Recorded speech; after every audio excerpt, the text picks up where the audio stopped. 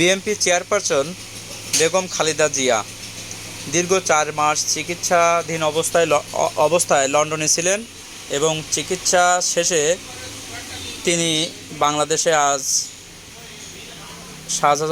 Shahjalal international এয়ারপোর্টে অবতরণ করেন এবং নেতাকর্মীদের উপচে পড়া ভিড়ের মধ্য দিয়ে তিনি বিমানবন্দর ত্যাগ করেন। তার দৃশ্য আমরা এক সাংবাদিকের মাধ্যমে পেয়েছি, আপনাদের সামনে সেটা তুলে ধরা হলো। সবাই দেখতে থাকুন।